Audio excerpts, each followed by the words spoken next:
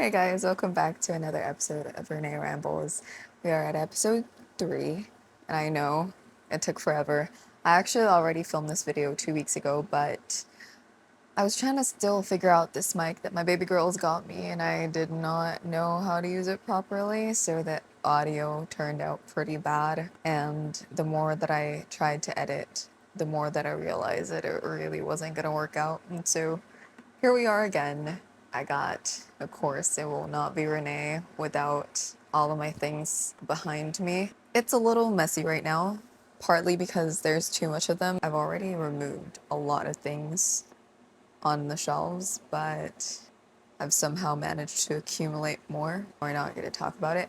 Anyways, today's episode is kind of like me introducing myself again, because although I talk about it a lot on stream, I realize that not everybody that follows me gets to watch my streams, because I know all my baby girls and dudes are from everywhere in the world and we all have very different schedules. And so here I am trying to introduce the other side of Renee that you might not know. Outside of streaming, playing Valorant, and being gay, I was very focused on my career. I work with a lot of US clients, and I specialize with business strategy and marketing strategy and building funnels for clients. Pretty much, I feel like I've tried everything from branding, graphic design, social media management, web design, web development, lead generation, cold calling, sales. What else? I've tried to explore all the avenues of like the virtual space and the virtual support world. And I found that my strength really is in talking to people. I know that you guys know me for yapping, but it was actually a skill that I used for my career. So let's start from the very beginning. I think it was around 2017, before I even turned 18, when I heard about this company where all you had to be was good at English and be able to communicate with people, and you'd be able to make money by tutoring people and teaching them how to speak English, like Japanese, Korean, Taiwanese students. As soon as I turned 18, I applied for that job. Of course, because my only skill was yapping, and I got the job. And I worked that job on and off because I was studying, and just because I wasn't really taking it seriously. It was mainly just like to help my family out or just like extra money to buy makeup. I did that for about 2, 3 years on and off. And then college happened, and then soon after the pandemic happened, I was in my third year of studying accountancy when the pandemic hit. And my mom showed me this ad for like a virtual assistant agency. And I applied for it thinking that, oh, maybe I would be like a marketing, graphic design kind of girly. At the time, I wanted to get back into like art because I used to draw a lot when I was younger. But when I got in that company, I ended up getting scouted for their sales team. And so one night I was invited for like an interview. And at the time, I had no idea what I was getting myself into, basically. But in a very short time frame that I had to prepare before the interview, I looked up everything about sales and everything about what the job was going to be, and I prepared myself for it. And for some reason, I managed to get in. At the time, I was the youngest of the sales team.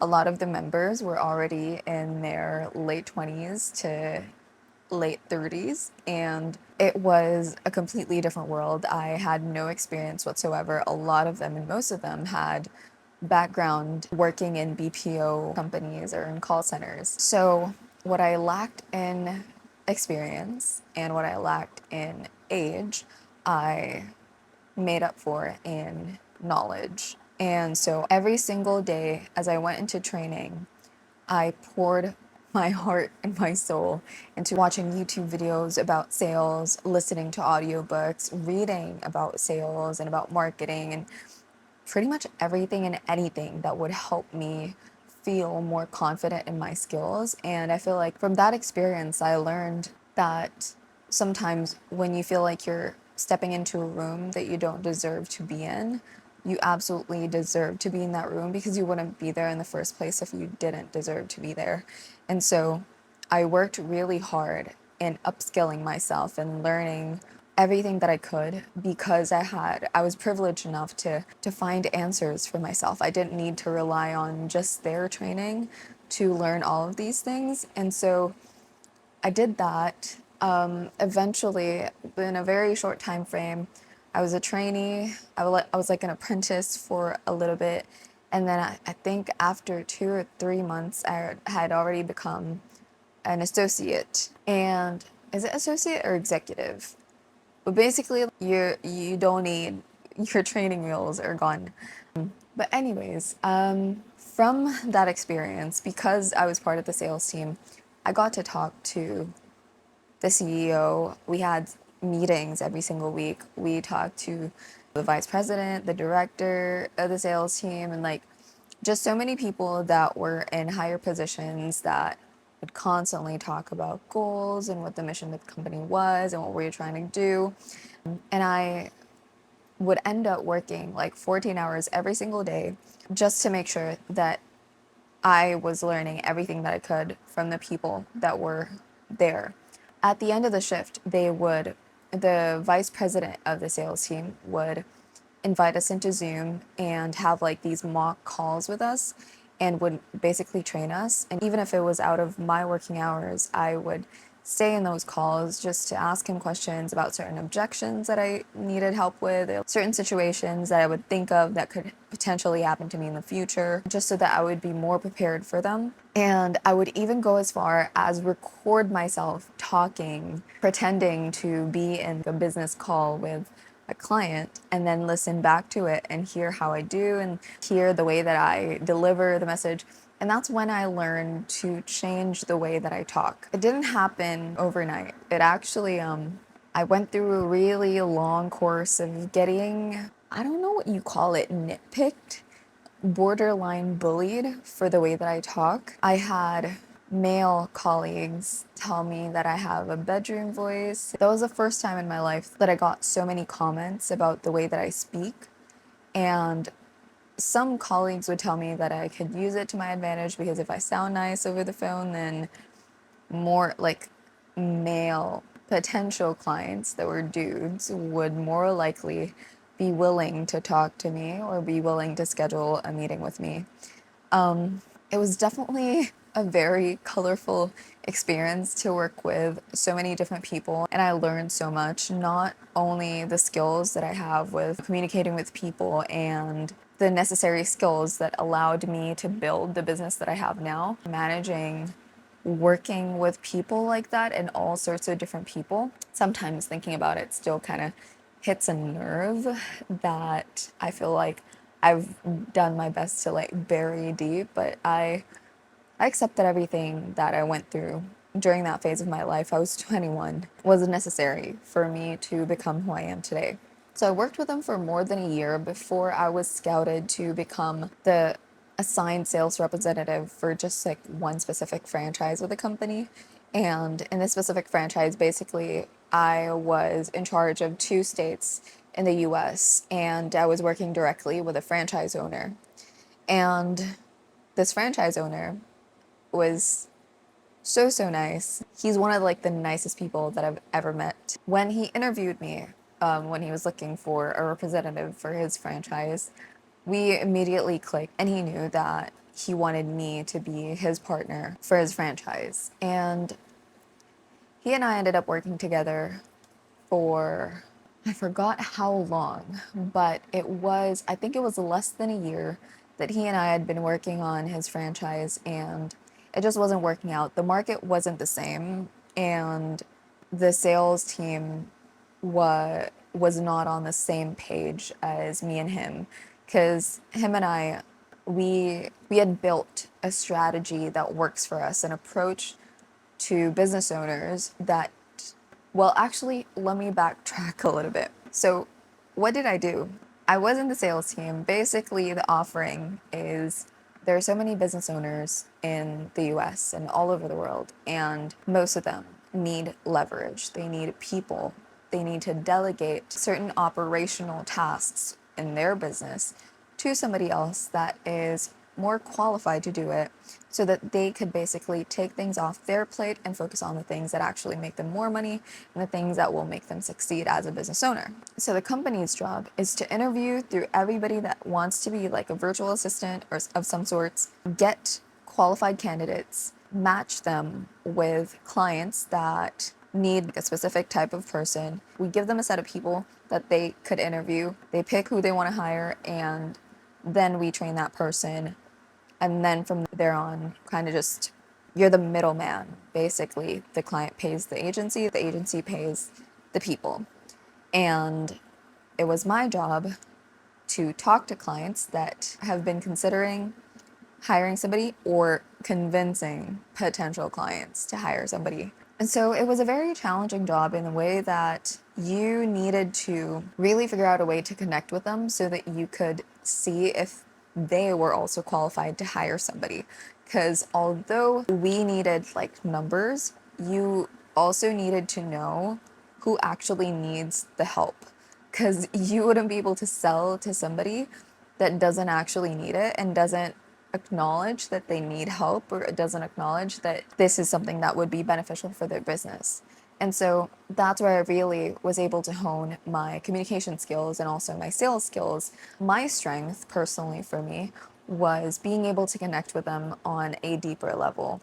Usually, the standard is that when you have a business call with the client to evaluate and kind of convince them that they need the help, the standard would be around 45 minutes. And we have like a whole quality assurance department listening and watching the recordings of our meetings to make sure that we were hitting that mark and that we were like hitting specific points that was required for it to be considered a successful sales call. My recordings were usually around 2 to 3 hours. And I remember the QA team, or some members of the QA team, would message me and let me know that it was challenging for them to watch my recordings and score my recordings because it was very long and we would like go all over the place. The beginning part of the call, my goal would always be to make them feel comfortable and to make them feel like they could tell me anything. And so I was very straightforward that my job isn't just to convince them that they need to use our company to hire somebody. My job is also to see if they even need the help, because if they don't, hopefully at least the conversation with me would allow them to learn what they actually need to prioritize in their business. I really enjoyed doing that. The more that I did it, the more that I realized that I loved the connection of being able to help somebody figure something out and help them figure out their path moving forward. But my vision and my goals and my approach was very different from the company's, and so there was some friction there. So eventually I had to leave because there was a lot of pressure to meet specific numbers, specific calls, specific deadlines, and it wasn't about the personal relationships anymore. It was about the numbers. I didn't just want to treat people like numbers. So after a bit, I think this was around 2023 when I decided that I needed to resign from the sales team. And in that moment, the franchise owner that I worked with did not want to let me go because he felt that I had something in me that was valuable, and he knew that he'd be able to find a way to utilize that, and he and I would be able to do great things together. They used to not allow it to happen where a franchise owner would hire their own sales representative as their like VA, but he was able to pull some strings and we were able to do it. He basically took me under his wing and we brainstormed on how we can be successful together. So during that time, because I was just so burnt out, and at this point, I'd already talked to thousands of business owners, and when you've had conversations with that many people, you would be able to see patterns in certain things, like not just the nature of their business, but their management style, how much control they prefer to have, what they actually need moving forward. Is it just guidance? Is it just pointing them to the right direction? Is it actually, finding or helping them find somebody to hire? There's just a multitude of things that you eventually learn the more that you talk to people and the more that you look into the data that you're collecting. At that point, I already had like this business idea of offering support that wasn't just for the long-term commitment. The company only offered services to business owners that needed long-term help. The goal was to get them to sign a long-term contract so that we would have recurring revenue every single month and they'd be locked into that contract for like a year or however many months. And with my conversations with so many business owners, I saw this like gap of people that needed some sort of like short-term help or needed some guidance into where they need to take the business, what they need to prioritize first. But there was no service out there that was specifically solving that problem. So I presented this idea to my boss and I told him, I believe that there is a market for short-term help and project-based help. And so he and I built a company together from that idea. And we built Bespoke IQ.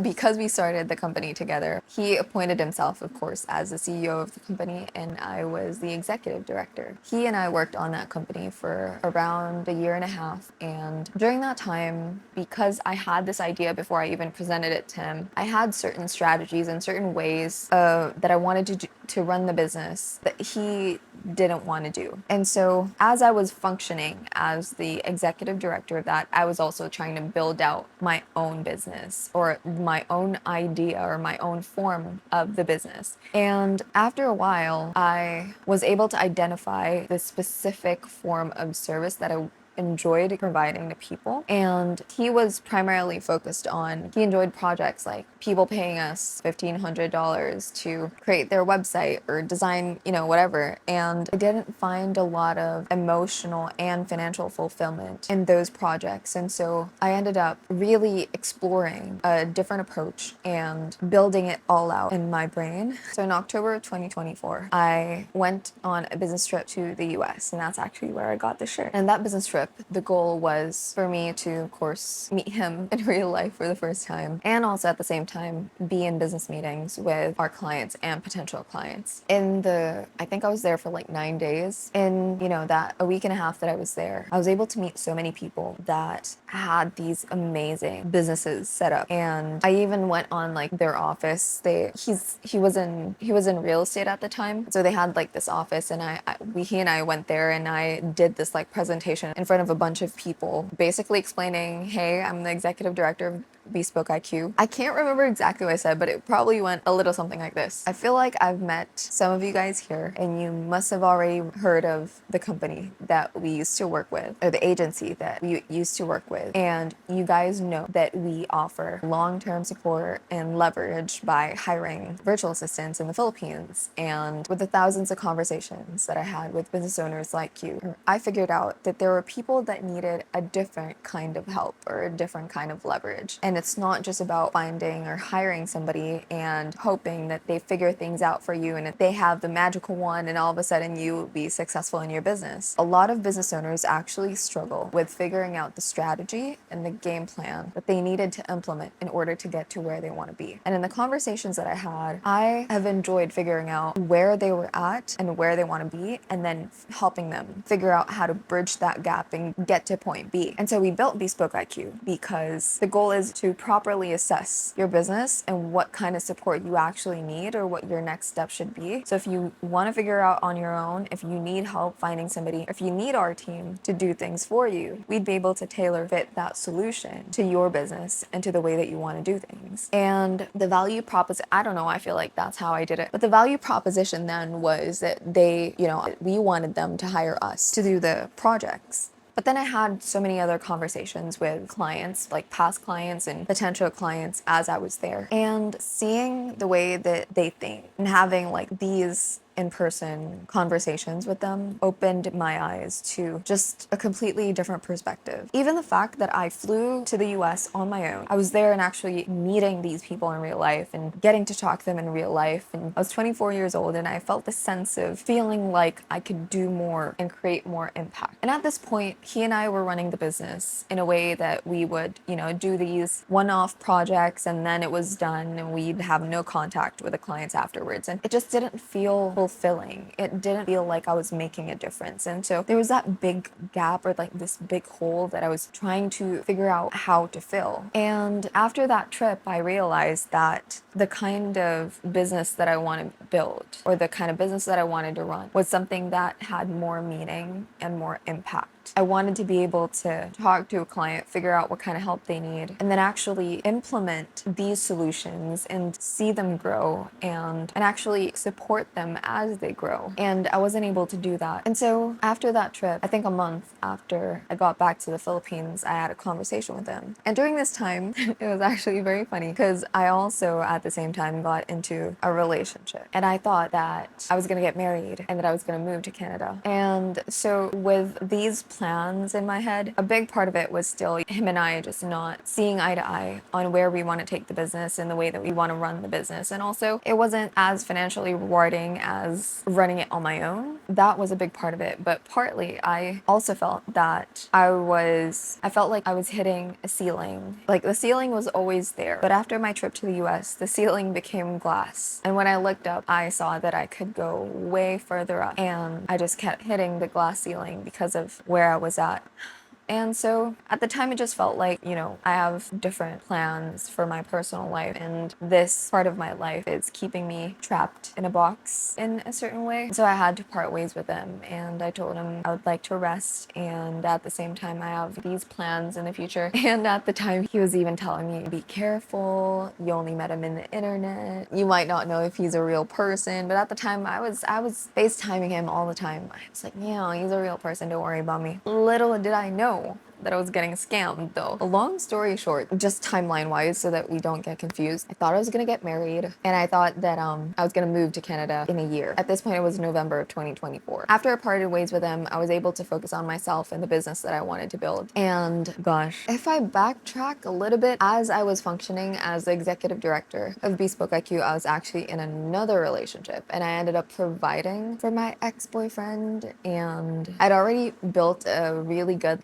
business model while I was still executive director, but he just was so lazy and so, I don't know. I thought he would always talk about having big dreams, but then he wouldn't actually step up or show up in a way that would justify or make sense of those dreams. But anyways, I broke up with that guy. I don't know, I just got to a point where, and this is probably another conversation for a different episode where we could talk about my relationship specifically, but the role that he played in my business and the way that I am and in my career was that he was there when I was trying to build this all out, and he helped me realize that my partner needed to be as ambitious as I was, and that I didn't want to be with the lazy bum. But yeah, after I broke up with him, I had big plans for myself, whatever. And so this completely different transition, I got into another relationship with another guy, and I was very vulnerable because I stayed 2.5 years with the first ex, and he was just so lazy. He wasn't family oriented.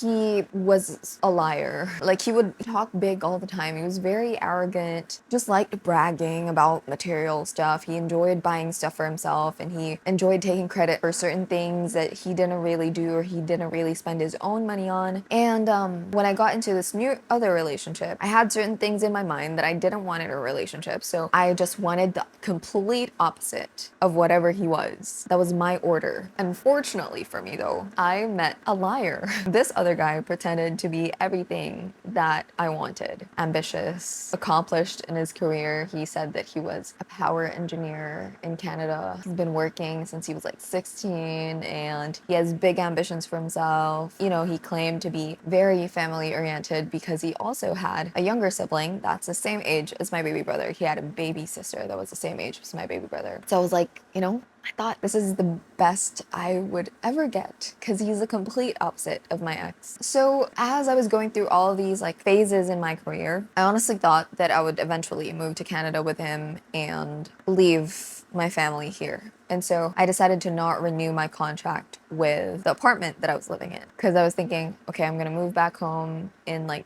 June of 2025, spend a year with my family before I move to Canada. That was the vision. So I part ways with my boss in November of 2024. February of 2025, I get flown into Las Vegas for a business trip for a different client. And this time I'm focused on the business model that I wanted. I was doing business strategy mainly. I was having calls with clients who mainly come to me for my expertise and trying to figure things out for them. Because from all the conversations that I've had with so many people, my brain is now wired to find patterns and to analyze information. And my strength really is in asking a lot of questions that would help me understand them, their business, what is lacking, or what they need to do. So that was my business model. I have conversations with clients, figure out their business first and where they are, where they want to be, and then create the game plan in my head and map out like what they need to do or what their next steps should be. Now, if they needed help finding somebody to like delegate tasks to, or if they needed me to set things up for them, or if they just needed that one conversation with me and they would figure it out themselves, then that's like the service. But anyways, I get flown into Las Vegas and I meet more people. And in Las Vegas, I also meet my then boyfriend. He flew in from Canada and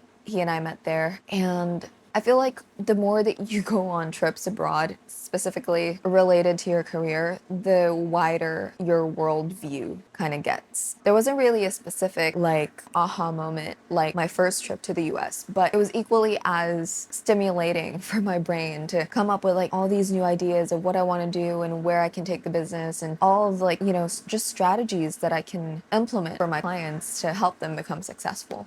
But anyways, by March of 2025, I found out that my then boyfriend that I thought was an engineer in Canada was working in Jollibee. And at this point, I had spent money on him because when we went to the US, when he came to meet me in the US, he said that his dad borrowed his money and that his card wasn't working, so I used mine. And also when he came here to the Philippines, months before he came to visit, he made so many plans of like places he wanted to visit, you know, and things that he wanted to do with me and my family. We even went as far as to offer him just staying here in our house instead of him renting an Airbnb. He had so many excuses, like having stage 2 lung cancer, which was not true. His paying for his mom's like ridiculous credit card bills or whatever, and him withdrawing stocks that was still being processed. I had to cover like Airbnb costs, flights to Ilocos, which is his hometown, and pretty much everything else that we did. And so at this point, he owed me around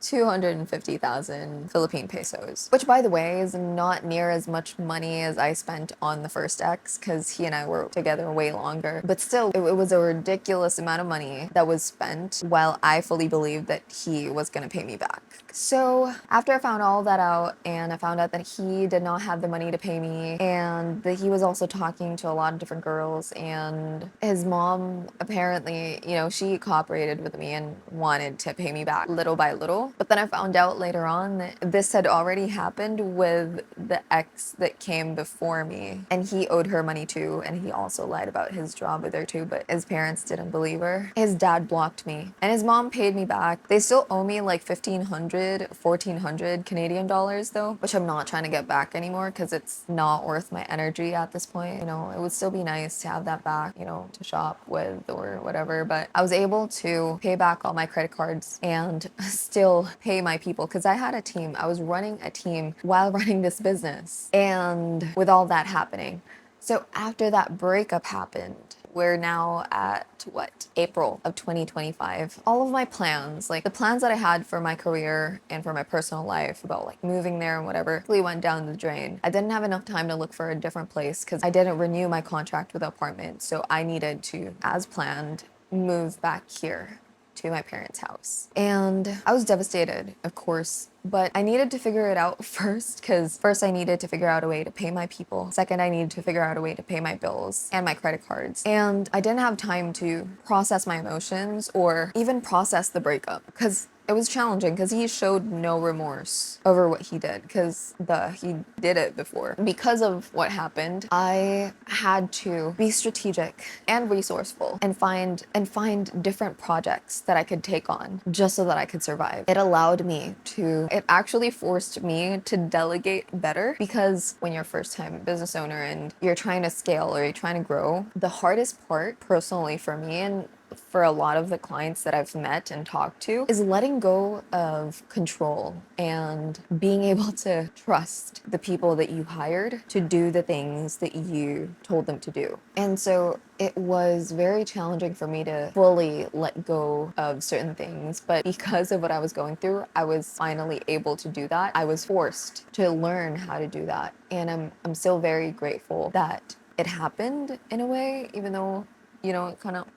But anyways, in May of 2025, I started moving back in to my parents' house. I moved out the first time when I was 21. So when you've already kind of experienced living independently, being financially independent and having your own space and being able to call your own shots, moving back home at that time felt like a punch in the gut that I was back to where I was trying to escape from. And so I think my mom wanted to change that experience for me. And so we thought about ways on how I can change my room to reflect the person that I am in that moment, instead of feeling like I was going back to who I was when I left. And I was not in the best state mentally and emotionally when I left. So we bought these shelves and a lot of things to make my room feel like home still, to still feel like my own space that I enjoy being in.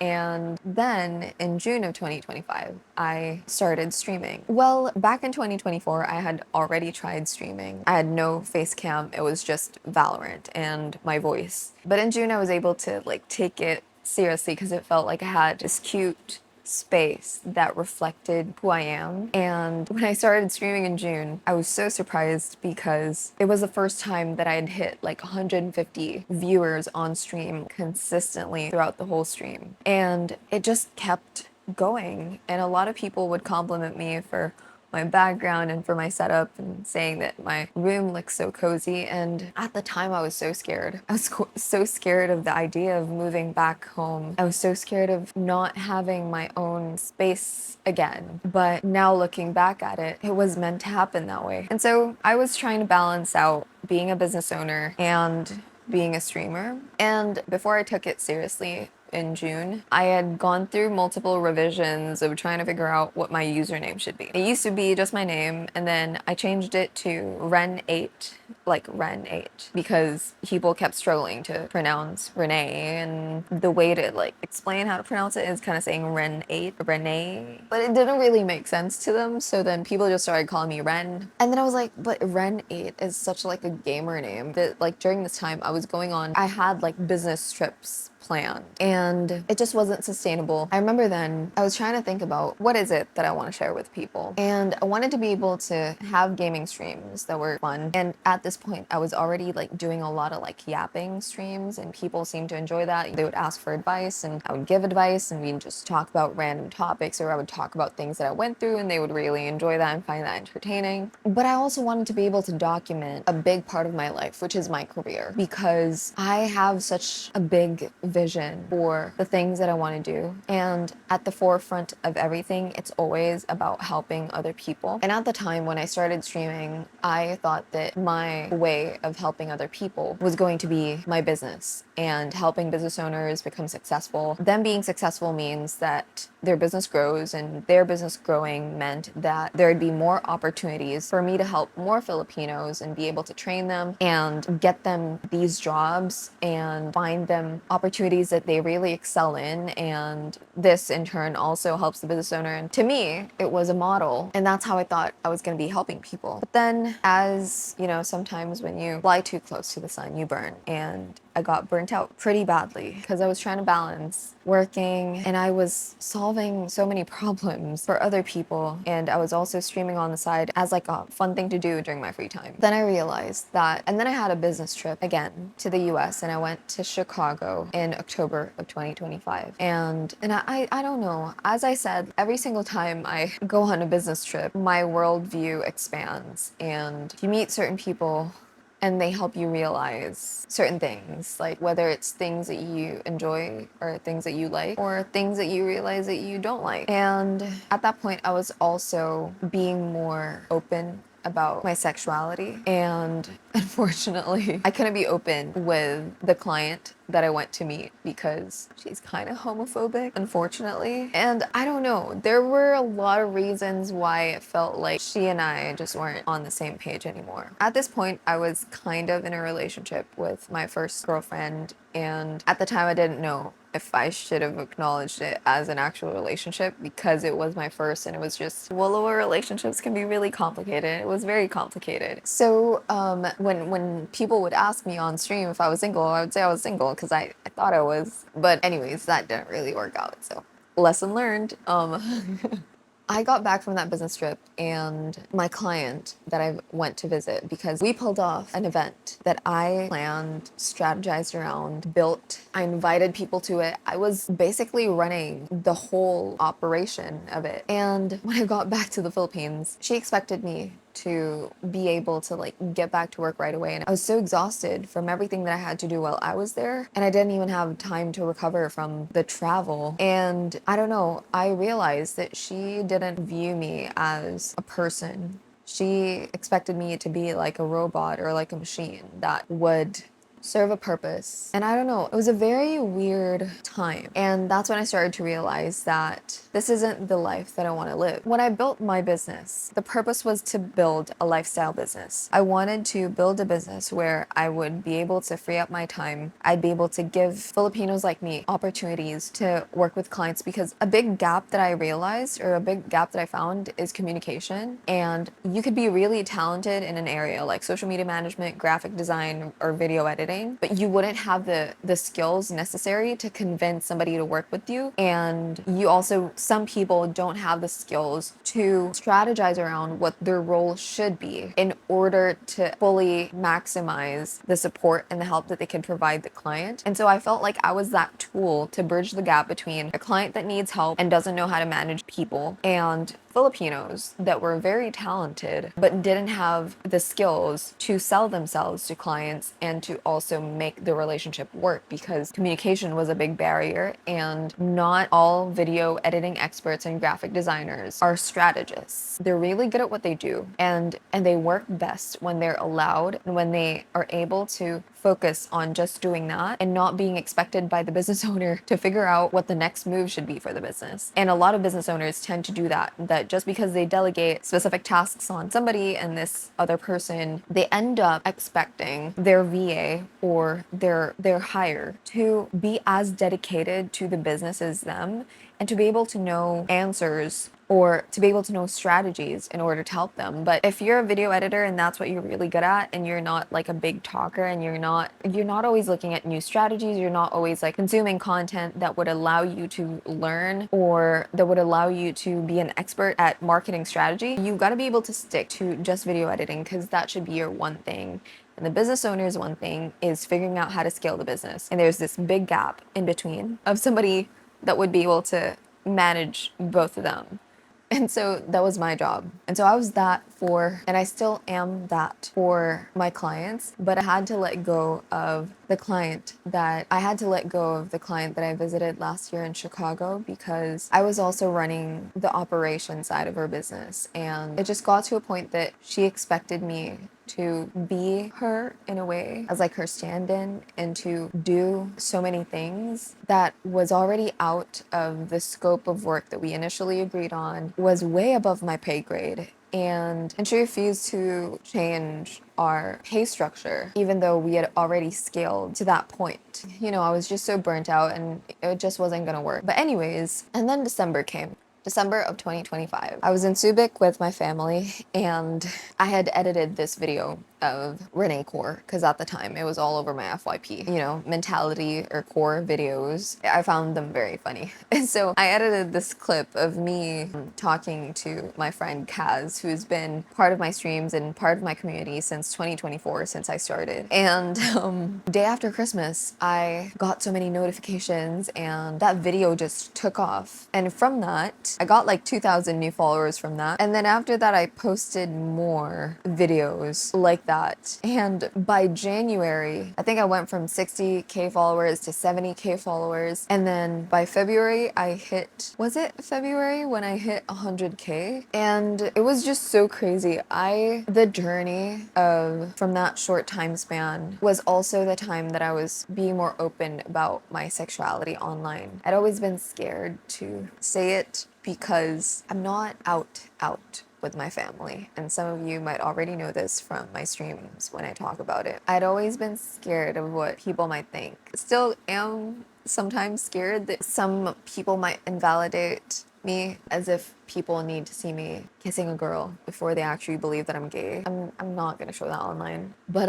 it was after I started being more open and honest about my experiences, not just with my relationships and with my exes, but also my sexuality, more and more people started finding me and being able to connect with my content and with my streams. And from that, we've been able to grow this community to what it is now. And around January was when I realized that I could build something really meaningful with the people that's part of our community. And all of the skills and everything that I've learned from all of my experiences, not just with my personal experiences, but business-wise, I could implement in my own platform. Because of your support, I've been able to dedicate more time into building this out. And at that point, because I had been streaming consistently and I was getting invites to shoots and like brand deals, I was able to let go of one of my clients that took up so much of my time and was burning me out so much. And I've been able to dedicate more time into making more content and streaming more. And for a while though, after I let go of her, I think I let go of her around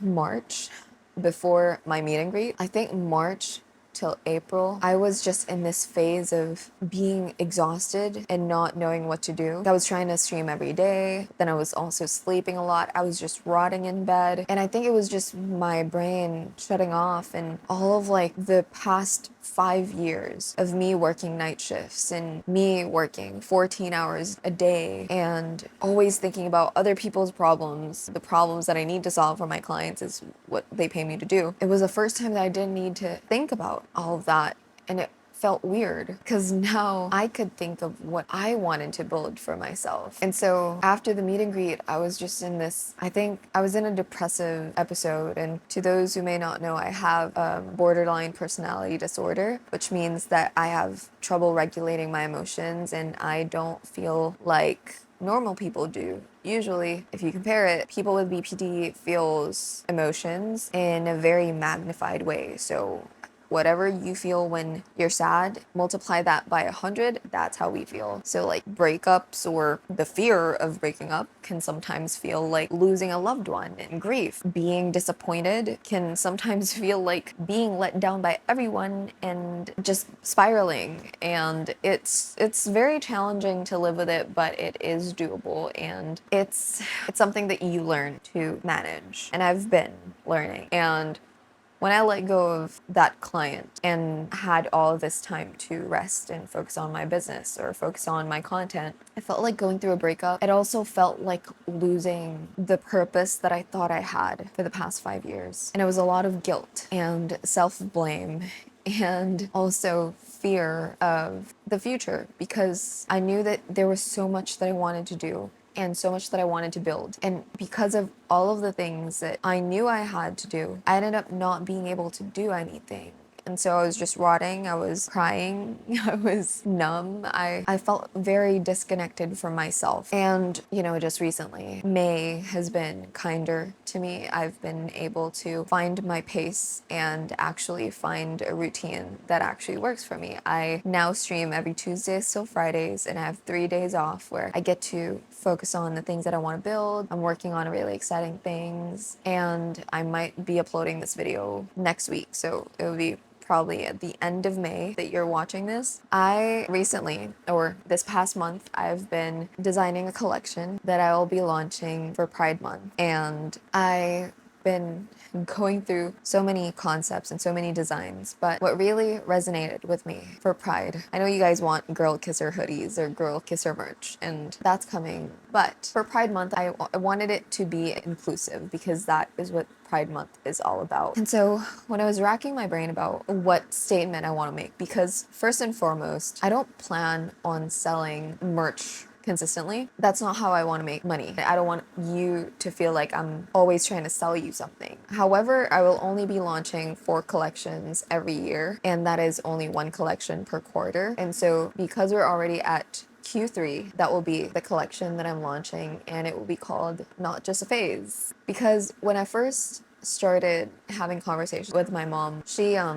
would sometimes bring it up that maybe it could be a phase for some people, not specifically saying me, but I was kind of getting that vibe. But I know that a lot of people probably have felt the same way that I did, that sometimes when you start being open about your sexuality, people immediately assume that it might just be a phase. And so the statement that I want to make and the merch that I want to make, I want you guys, I want people to be able to connect with the message that I want to get out there. It's not just, a fancy design or to be the most flashy or the best fashion brand out there. I don't want to be a fashion brand. I want to build a community. I want it to be something that you could wear and feel comfortable wearing and would empower you to be proudly yourself and be proudly gay. And the statement, "it was never just a phase," is something that I want to be able to wear and not be afraid that people might judge me.